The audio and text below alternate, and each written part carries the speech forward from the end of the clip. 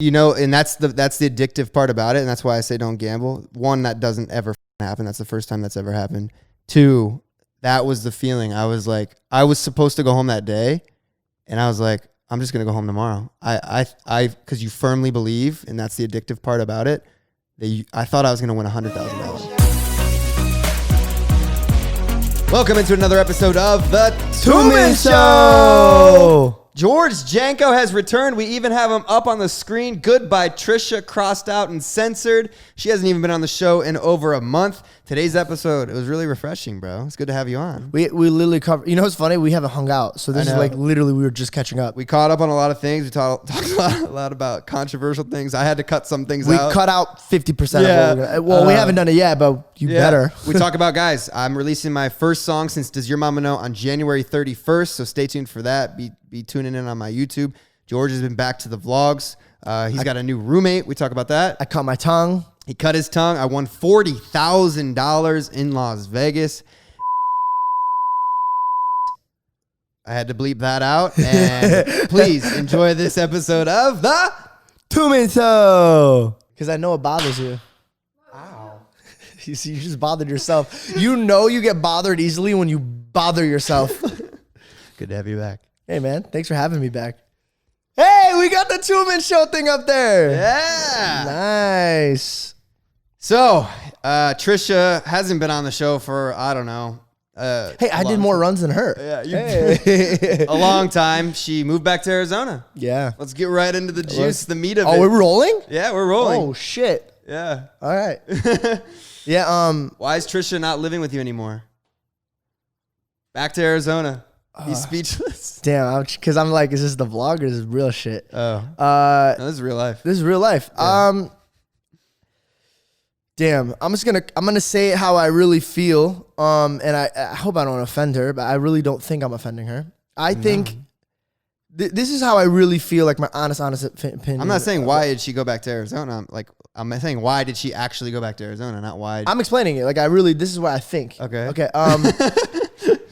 I grew up wanting to be an entertainer. Yeah. Nobody thought I was funny. Nobody liked me. And actually everybody doubted that I'd ever be an entertainer. Yeah. Okay, so no one kind of... They still do. Yeah.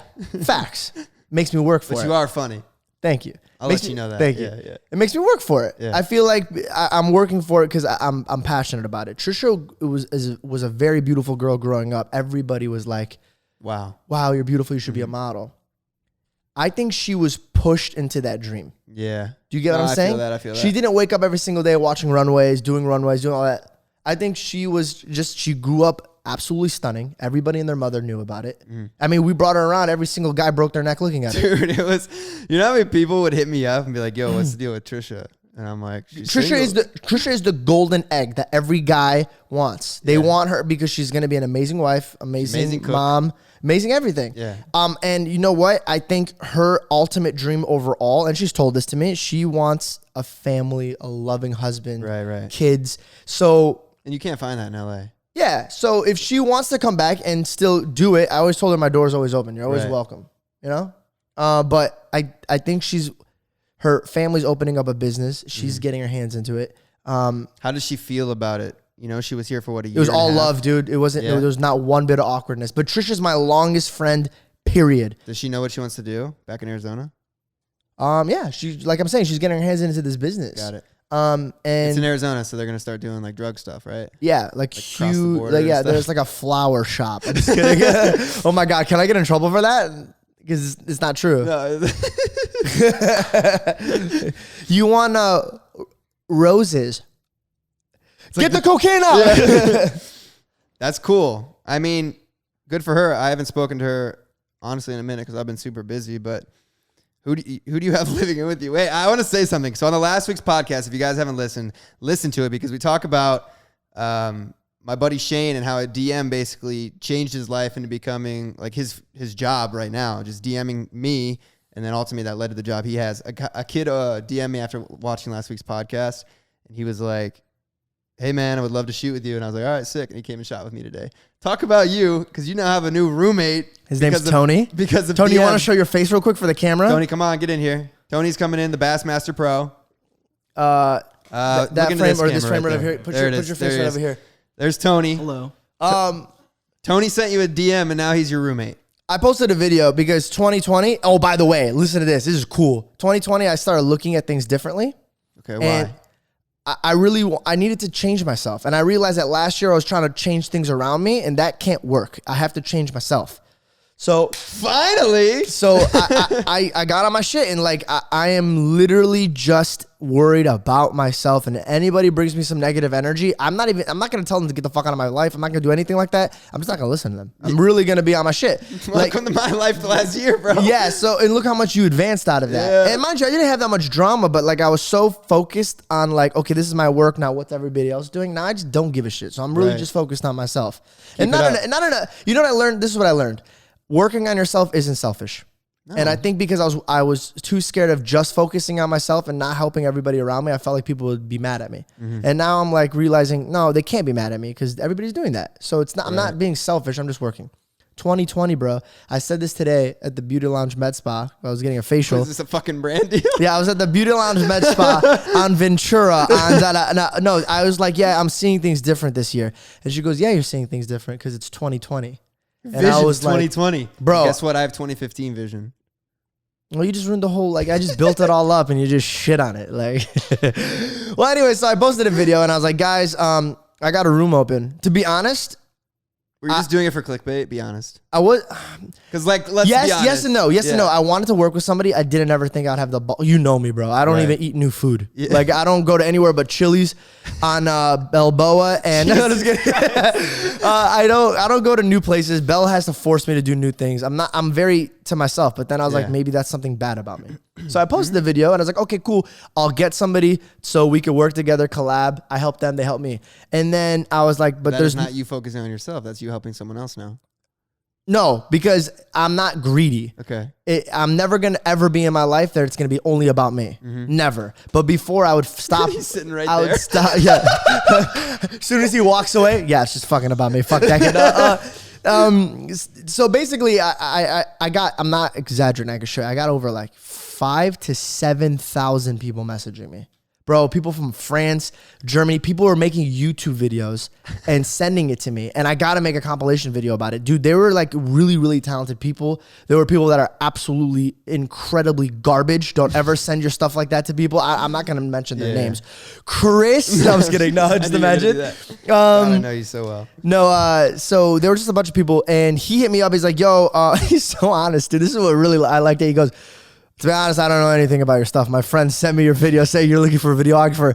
And I go, honesty. I like that. Yeah, I go, yo, meet me at Crave because he could have been a serial killer. You know what I mean? Like, I didn't want him to be at my house. Mm-hmm. So I met him at Crave and I had a vibe with him. He's dope. He's cool. I could tell by the hat already that he's cool. Yeah. I like talked to him. He was super warm. Like when you meet somebody who's very real and I was like, all right, this is kind of cool. And then I asked him like, questions that I need to be concerned about, like, oh, like, what's your favorite color? Do you do drugs? Like, there's just a bunch of questions that I just needed to know. And him and I have, we're very lifestyle-wise, we're very, like, almost the same. Mm-hmm. Then I saw his work, and that's when it kind of kicked me back. I was like, damn, this kid's talented. Mm-hmm. And he's worked with so many successful people that I even look up to. Don't name drop, but who? I'm not going to name drop. Will Smith, Post Malone. I got a bunch of people. I'm not going to name them. Yeah. But all of these people I look up to and I looked at their work. So when I'm seeing that this guy's not only qualified to work with these people, but these people trust him, that was a huge flag for me. I was like, okay, cool. Huge flag. Like not a red flag, a huge flag, like a white flag. I made that up. Yeah, I don't know. That's not the right. Did you see how I was like, I'm not backing out. That was the right one for me. That was a huge flag. White flag, a green flag, a checker flag at the end of a NASCAR An American race. Flag. And so we shot all day one day, and I called my dad. I was like, "Yo, I'm just gonna take a chance. I like the kid." Mm-hmm. And you're taking a chance on a lot of people. And honestly, I'm the only reason I showed his face because if I ever get murdered, you know who it is. Yeah. Like, if I get murdered in the next few days, I'm just throwing it out there. That's funny too. I've been open to trying new things as well. The guy hit me up to film today, and I was like, "Yeah, come over, like, do it." And then now, how was that experience? Obviously, look at my fucking outfit I'm wearing right now. Oh, he dressed you? No, I hired a stylist for the shoot to give me like a bunch of outfits, and I'll show you the outfits. It's like. This is never anything I would wear. Like, if you I opened the door and I was like, what happened? What's going on I'm wearing cargo freaking camo pants, a flannel, bro. I don't even know what's going on. I was wearing a high-waisted pants today from 1950. They were made out of wool. What? Wool. I don't even know. I can't even pronounce it because of my tongue. They itch so bad, George. I'm doing things that get me out of my comfort zone. Speaking of out of my comfort zone, I was in Rachel Cook's magazine. Dude, you got cut out. You can't even talk about that. I got cut. But it does exist. Those photos do exist. Mark comes up to me and he goes, hey, man. Like, a lot of people are like, yo, I'm doing something different. I'm going to go skydiving. Or like, you know what, dude? I'm going to try this. I'm going to eat hot food. And like, I was like, all right, cool. And he comes up to me and goes, I'm going to be in the magazine, whatever. And I go, Mark, isn't that like a nude magazine? Like, does your father still run his church? Like, what is happening? What is going on? He doesn't run his church. He's a Eucharistic minister. Okay, does he go to church? He hands out the body and blood. Okay, of Christ. Imagine the kids, right, that follow you on Instagram, YouTube. There's no way they can afford $15 a month for her magazine. Which you could get in the link below because I'm getting a kickback. Yeah.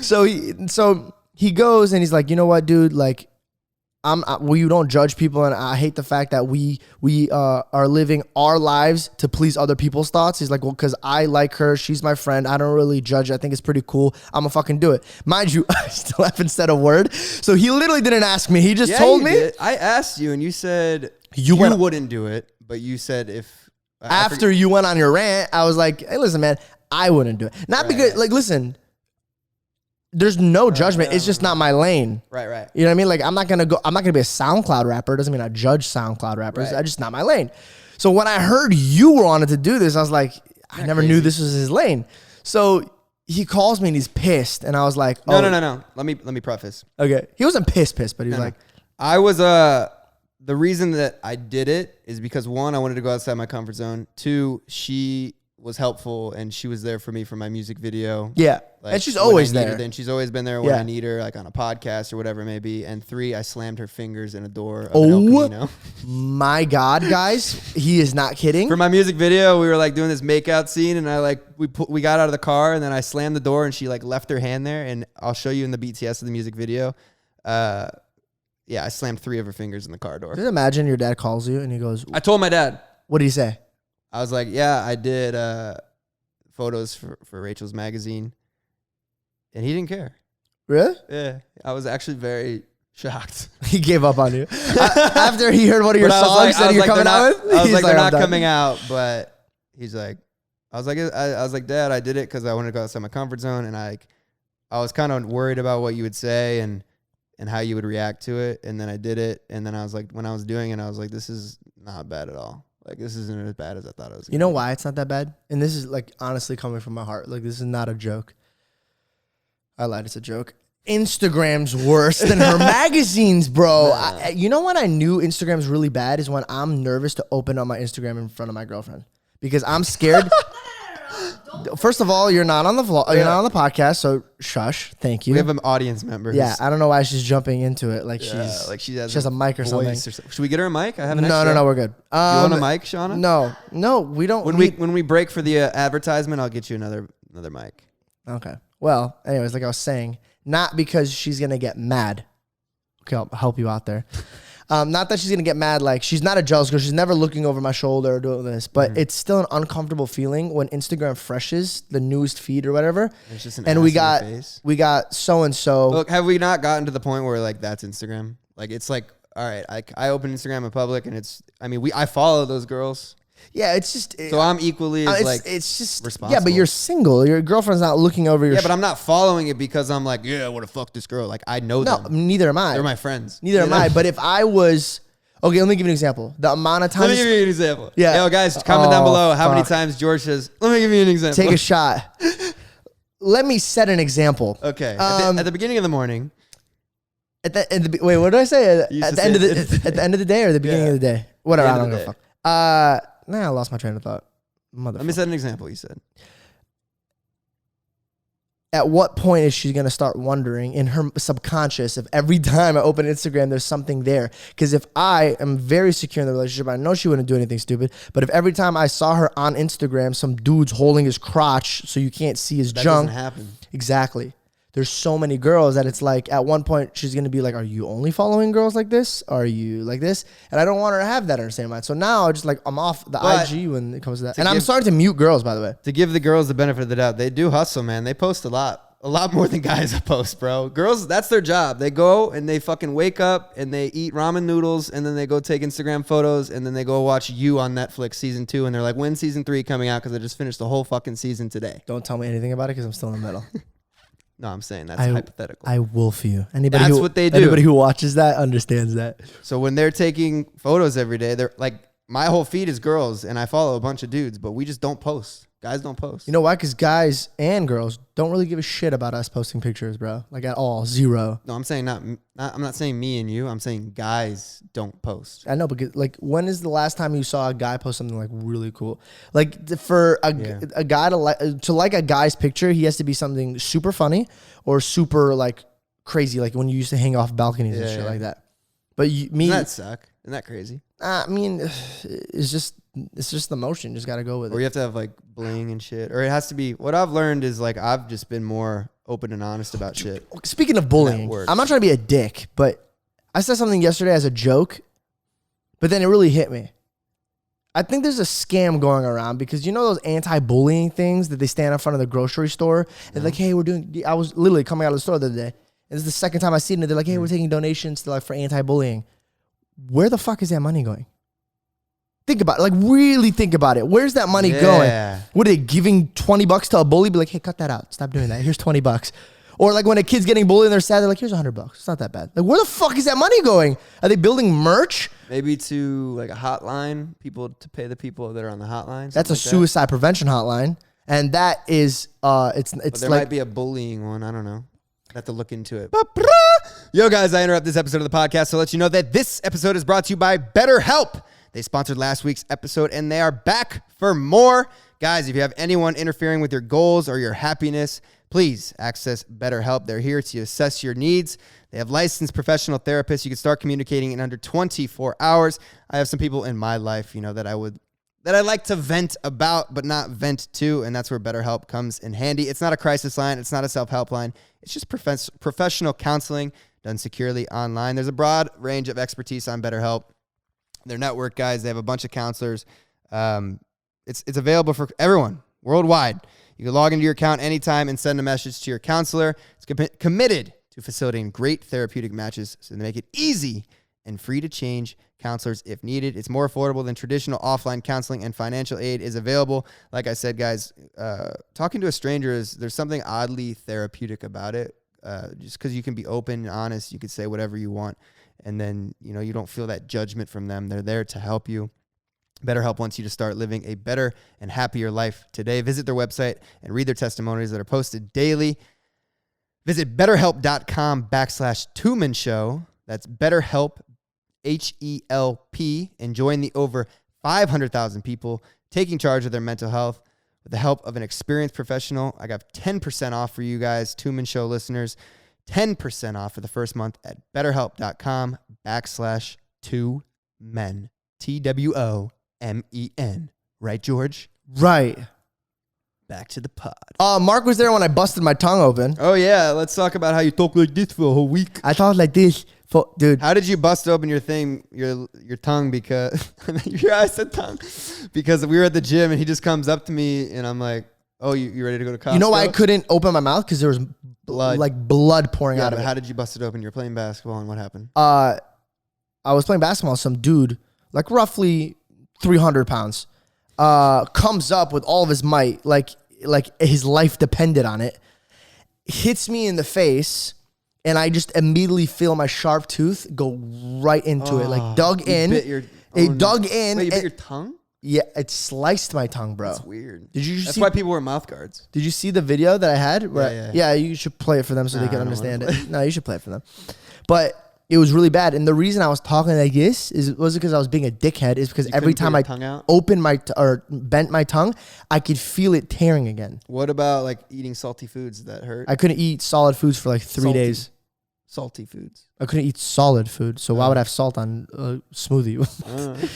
I was having like smoothies. Speaking of gluten-free, Belle, the fact that you gave me gluten-free toast and you're always like saying gluten-free, I got gluten-free pasta this week. Does your stomach feel better? I can't tell the difference. Yeah, you might not be intolerant to it. To gluten? Yeah. I can't tell the difference in taste. So I mean. Oh yeah, there's no difference in taste. And in the pizza, I'm not kidding. Oh wait, no, I got gluten-free pasta and then I got like whole grain pasta. The only thing I taste the differences is in the pizzas. And even if they were like, oh, here's a pill, you're not gonna be allergic to gluten anymore, I would always get gluten-free pizza now. It's so much better. No. Have you had it? How good is ripping apart the crust versus like no, it's fluffier, dude. It's like is it cauliflower crust? No, it's bread but gluten free. But for some reason the gluten dumbed down the gluten quality. Fucks up your stomach? No, I'm saying like the quality of the bread is insane. Why are you gluten free? Because it fucks up your stomach? Oh yeah, it's bad. I never knew how bad it was until I went to the doctor and they're like, yeah, you're really allergic to this. And then Belle got me off of it. And then she was gone. Like a drug. She's like, Belle got me off of it. Yeah, dude, I had my mom there. She was helping me out. So she left and I was like, Chick-fil-A, here we come. So I went to Chick-fil-A and I had it and I was like cramped over, like in the worst pain. I've always wanted to get like an allergy test. Everybody always says to get that to see what you're intolerant to. Because I don't know if anybody else has this problem. Sometimes when I eat avocados or like cantaloupe, my throat itches so bad. And it's like, you know how you like itch your throat? Like I've never had my throat itch in my life. How? Do you know what I'm talking about? How to itch your throat? You have to like. Oh, my mom does it. My mom does that. She goes. It's the most annoying thing ever. I've just never had my throat itch before. I don't know. Eat a cantaloupe and your throat will itch. A cantaloupe? Have you ever had cantaloupe? No. I don't think I've had cantaloupe. This fucking guy. Let's talk about something. How is it? I noticed you're very happy that you have your new house finally. You're not stuck in this tiny ass apartment with 95 people living with you. Yeah. Well, I just need What are some things you're noticing that have changed you and made you different from now being a homeowner? Because I have a few. Oh, yeah. No. You're going to call me out. The one thing I know Mark for sure is going to call me out on, because I even get annoyed with myself for this. I own everything in the house, and I know that if something breaks, I have to take care of it. Yeah, you're the landlord. Yeah. So, like, when people are leaving, like, pasta stains or like sauces on the counter where I know it's gonna stay into the marble or the granite or whatever it is. So I'm like, yo, just clean it up, because I lived with people that didn't do that and it stained it. Right. Or when people are like slamming the fridge. Can I ask something? We'll get into it. Like, do you? Here's my question: do you treat it as you're the landlord, or do you treat it like, how do you treat the situation? Because if you were just the landlord, you wouldn't see those things happen. Yeah. You know what I'm saying? Oh, you talking about like one of the roommates? Yeah, because they technically live there too. It's their house as well. So I had it stated like this. So everybody who's a roommate, besides Tony's on a different like thing. Tony's like, he still has like the same like things as we do, but I haven't gotten into him with this. So this is kind of weird. So I guess you're going to hear this for the first time. But payments and appliances and everything, we have it set up that because my dad owns properties and everything, we go through his property management. So I'm not bothered. No one's bothering me. Like, oh, George, this is not working, because then the company would do it. Also, when they pay rent, they're going to do it. So I'm not chasing anybody's money. So I'm literally just a roommate. That's smart. I think that's why Team 10 failed. Yes. And also, I've even had Olga take down videos and re-upload them, because I was like, you keep saying George's house. I'm like, this is our house. Yeah. If you keep putting in your mind that it's my house, like, you're setting yourself up for me to dictate what's going on. But there's a vote. So even though I technically own the property, if I got a dining table and Olga and Tony was like, nah, we don't fucking like this, I have to get rid of it and find something else. Because that's cool. That's fair. It's not a dictatorship. We're living together. Right. That's what I was wondering. The only reason you hear me like tell them is because I'm hearing them slam the fridge, and I just think it's not fair, because I'm paying $30,000, $40,000 into the house for doing all these things, and they don't give a shit because they're like not paying for it. Right. So but now that's what I'm saying. Now you understand that now that you're a homeowner. Like, you weren't that way before. Like, I'm not that way here. Like, I'll slam my fridge. I'll wear shoes. I'm like, fucking, it's not my house, you know? But it's like, you remember how it was at 1600? It's like that on steroids, because I own everything. Yeah. Yeah. And it's funny because, like, you can hear, like, a penny drop for, like, 3 floors down, and George is like, What was that? Yeah. Olga? Where's Leo? Leo? Also, you know why I'm always She, like, opens the door. He's like, who's here? Well, like first the most of all, paranoid motherfucker I gave ever. everybody the code. They're like my close friends. So I'll be randomly like in my boxers thinking nobody's home, and then Mark's coming up the stairs. Like first, throw me a text or something, letting me know.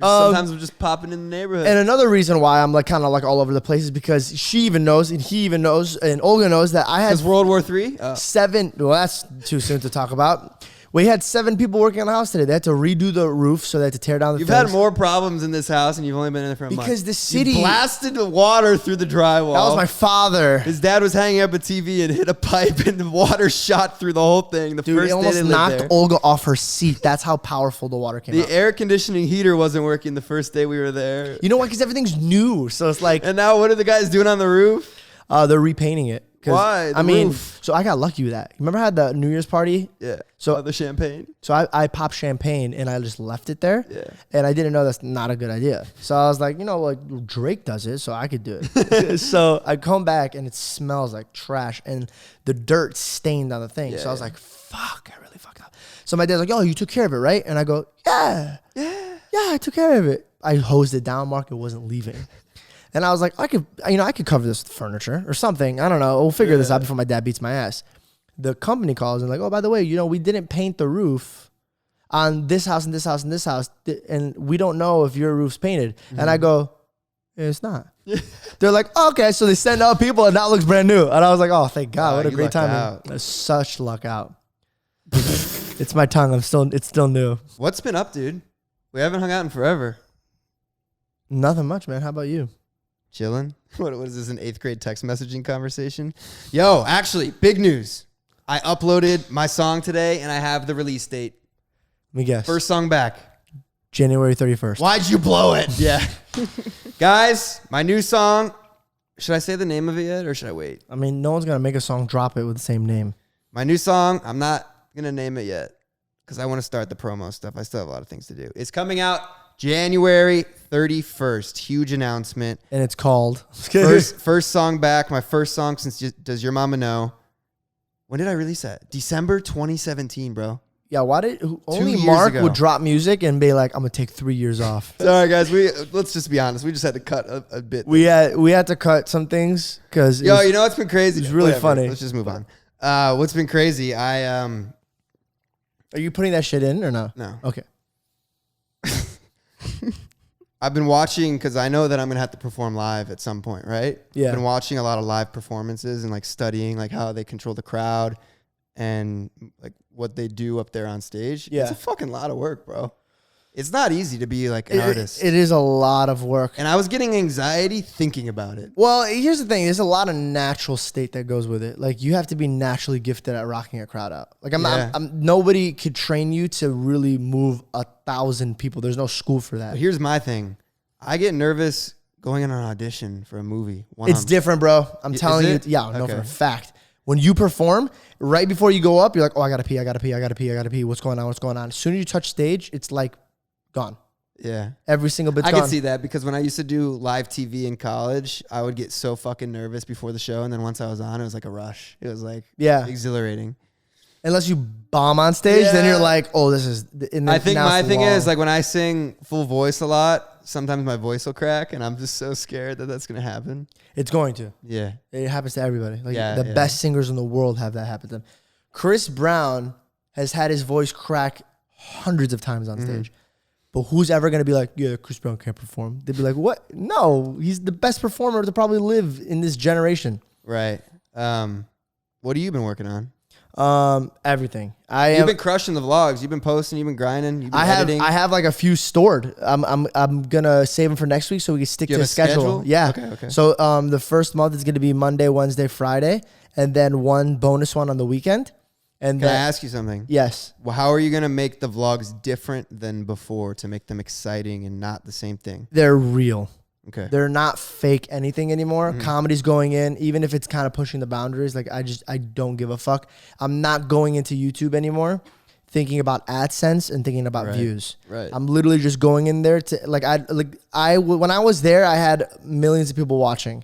Now, if I have 100,000 people that actually are like in depth into this brand that I'm building, I'll take that. So I'm not like, I don't even look at my views anymore. I don't look at stats. I just keep posting, and then I look to see what's next and what I could do. And God willing, it could grow from there. But the thing that I'm going to be bringing different to 2020 is I will not stop. I don't care if my videos get 2 views or 2 million views. It's not going to change the pattern of my posts. Yeah. I'm not going to let my ego get in the way anymore. No, that's important. Sense. But no, the content's been a lot more fun, especially now that Tony's in.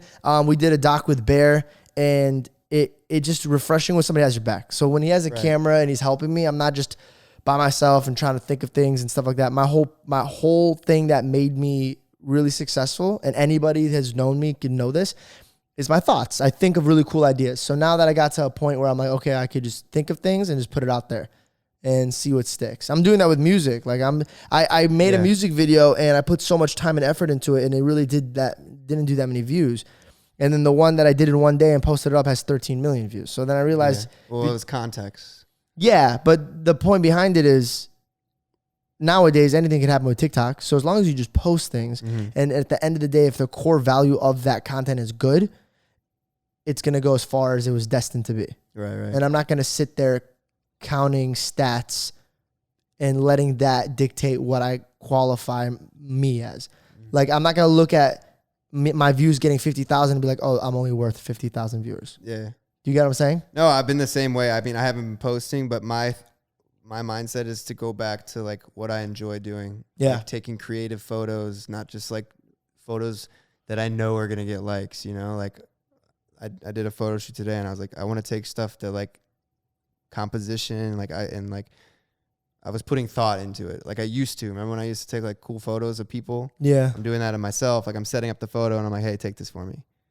And like, I want to get back into that. And then obviously I fucking bought a guitar, and I'm shredding my fingers up right now. Yeah. Trying to learn.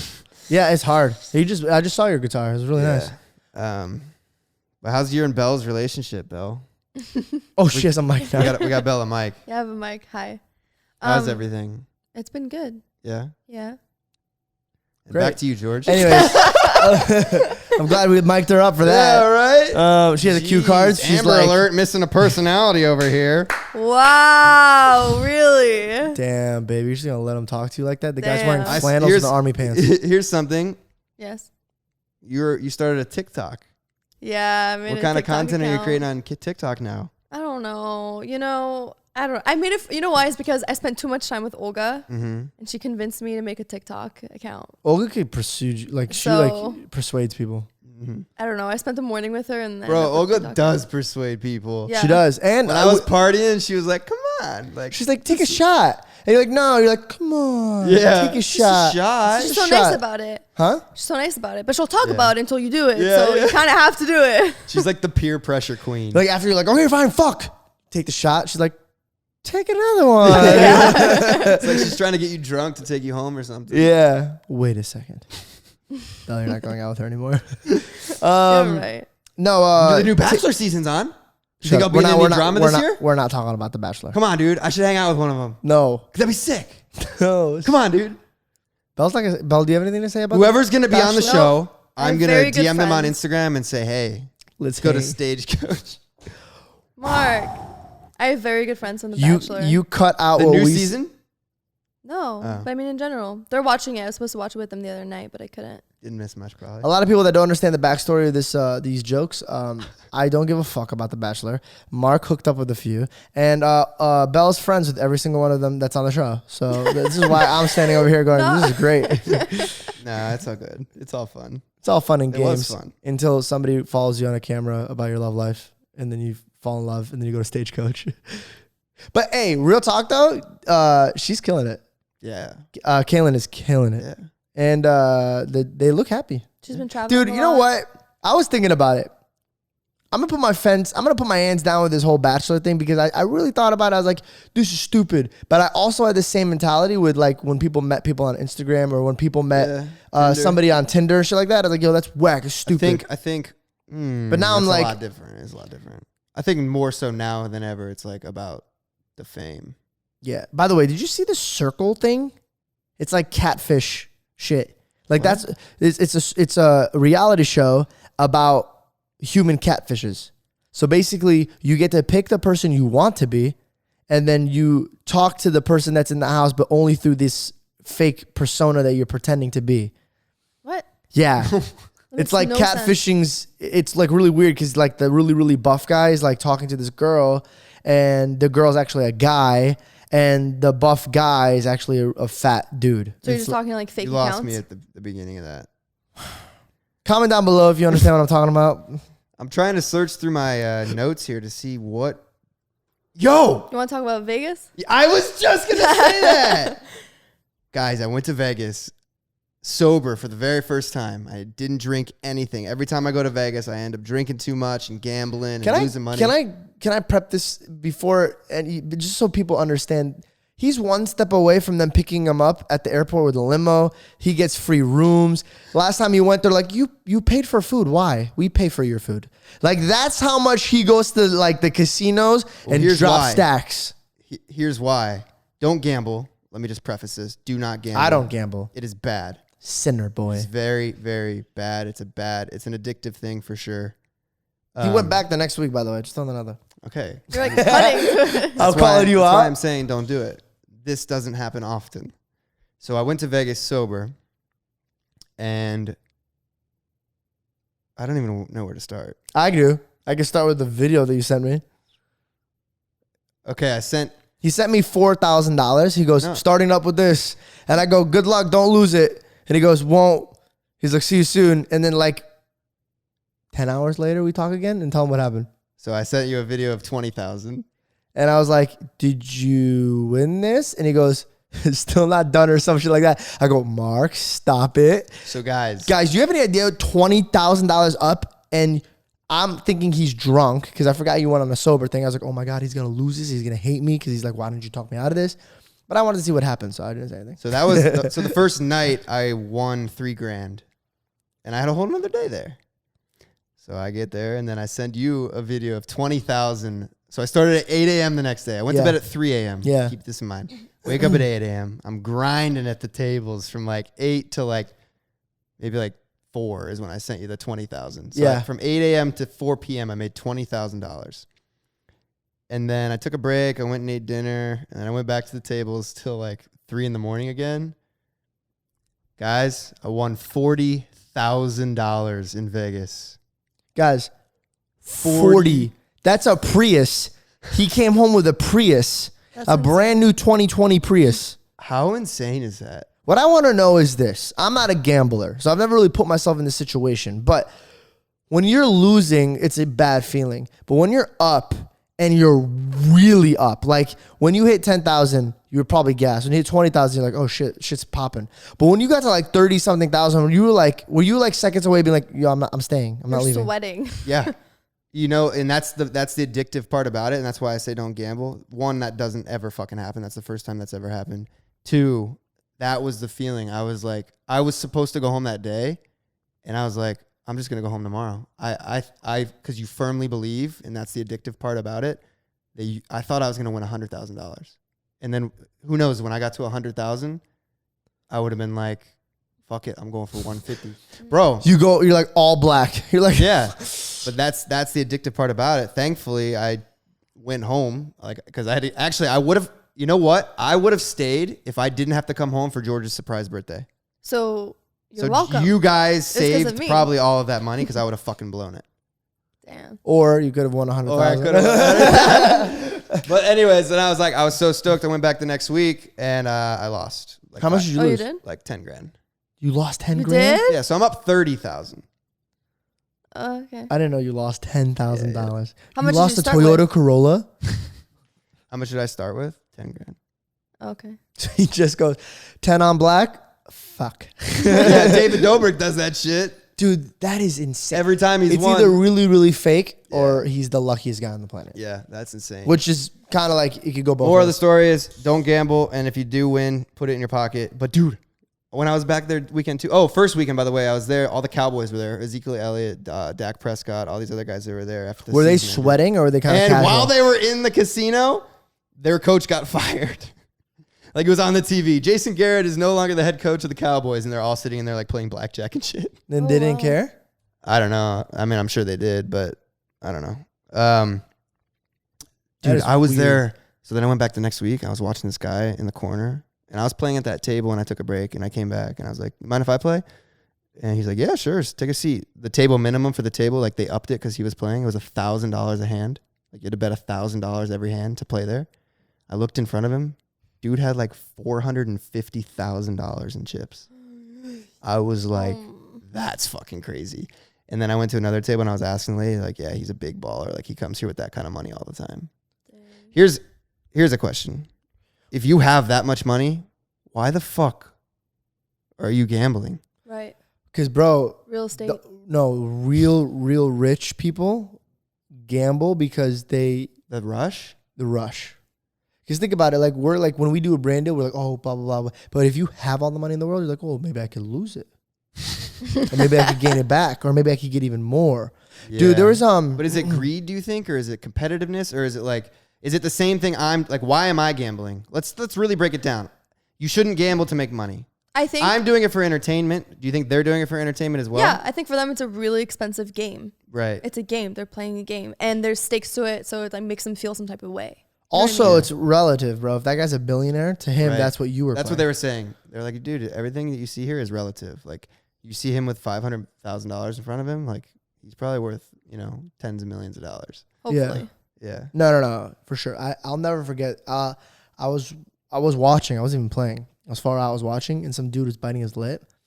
He was biting his lip, and he was biting his lip to the point. I was like, oh, he's gonna bleed. Like he's gonna bite his lip really hard. And he's like, you could tell he's nervous, and he has a lot on the table. And then I looked in front of him. He had no more stuff in front of him. So he put all in. Yeah. He was all in on this last one, and you just see he had he got a king and then a queen. Remember, like that's a good hand. It's a great hand. Yeah. But dude, they flipped table over 21. had 21, and I saw his soul leave his body. Yeah, you can't go to the casino expecting to win. You have to go to the casino willing to lose. Which is crazy to me. Which I was talking, like the lady, she was like, dude, you're such a joy to deal with. Like, even when you lose, you're still smiling and cracking jokes. I was like having a blast, like making fun with these guys. And like, they're like, we've never seen that before. I was like, I mean, I'm willing to lose. Like, I'm not trying to make a living and pay my rent and buy food with this money. Like, I'm willing to lose it. And I was like, you play the same way regardless of how much money you're putting out there. Like, you just like, it's for fun. It's for entertainment, like we talk about. But yeah, dude, people put their paychecks down there and try to double down, and that's not the way you live life. Do you know why that's why they have the Holy Bibles in every hotel room and they seal all the windows? Is because people go in there being like, this is it. This is going to help me get out of my hole. And if it doesn't, I'm just going to take my life in the hotel room. Yeah. That sadly happens. It's the craziest thing. So sad. It's so sad. Mm-hmm. So, like, again, don't gamble. Also, don't gamble for the reason that I was playing blackjack, and 4 out of the first 5 hands, the dealer got blackjack. And on the 5th hand, they got 21. Do you know how hard that is? I don't know what that means. I don't know how to play. 4 out of 5 hands where she got blackjack. I lost it. I was laughing. She was like, this is I've never seen this in my life. As like there's a guy behind her like giving her It was the same situation that happened. I was getting 20s. I'm like, hell yeah. Boom, blackjack. Next hand, 20. Boom, blackjack. I'm not kidding you, George. I was like, this can't happen 3 times in a row. So you go all in? Just lose. No, I upped my bet. I'm like, there's no way she's going to have blackjack 3 times in a row. Boom, blackjack. I go, what? What? 4 times in a row. I'm not kidding you. Dude, have you ever seen somebody get mad at the table that you come? Yeah, there was the most disrespectful people. They're like, deal the fucking cards. Shut up and fucking deal. They talk to you that way. Oh. I'm like, yo, chill the fuck out. Give me another Shirley Temple. Question, how come they can't get, I mean, they're not going to kick him out because they're just getting money. That's why I asked the one dealer because I was playing. I was like, how do you guys must have thick skin, like to not say anything back. They're like, dude, we've heard it all. We don't care. I feel like they're all very like straight face. Like they're very just. Yeah. I saw this one dude. He was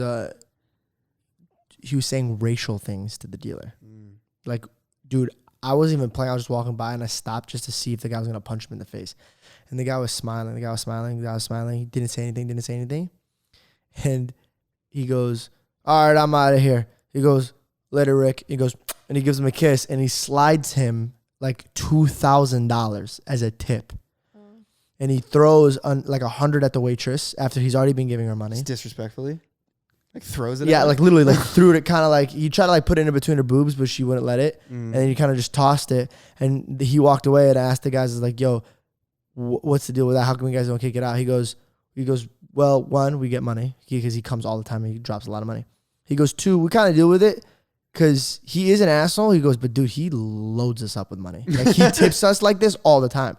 So we don't say anything rude. We kind of don't give a shit." He's like, because it's like he's paying us for us to be like. There was a scenario where there was a guy yelling like, "Fuck this, all this shit," like whatever. And the dealer asked, he's like, "Oh, I've known that guy for like 30 years. He's my friend." Like that's our relationship. He's like, he wasn't being mean to me at all. He was like, that dude comes in here like that guy every fucking week, and that's how he is. And they just like learn to accept it. So at the end of the day, guys, what we're trying to say at the beginning of the morning. At the end of the day, my example that I'm trying to set for you guys is if you're going to be disrespectful, make sure you tip them. I'm just kidding. Don't gamble. And my new song comes out January 31st. Woo. 32nd. Get it ready, baby. Spotify, iTunes, Google Play, YouTube Music. Can I ask you, do you use Google Play? I'm not going to get into that. We will see you guys next week on another episode of The Tumen Show. The Tumen Show.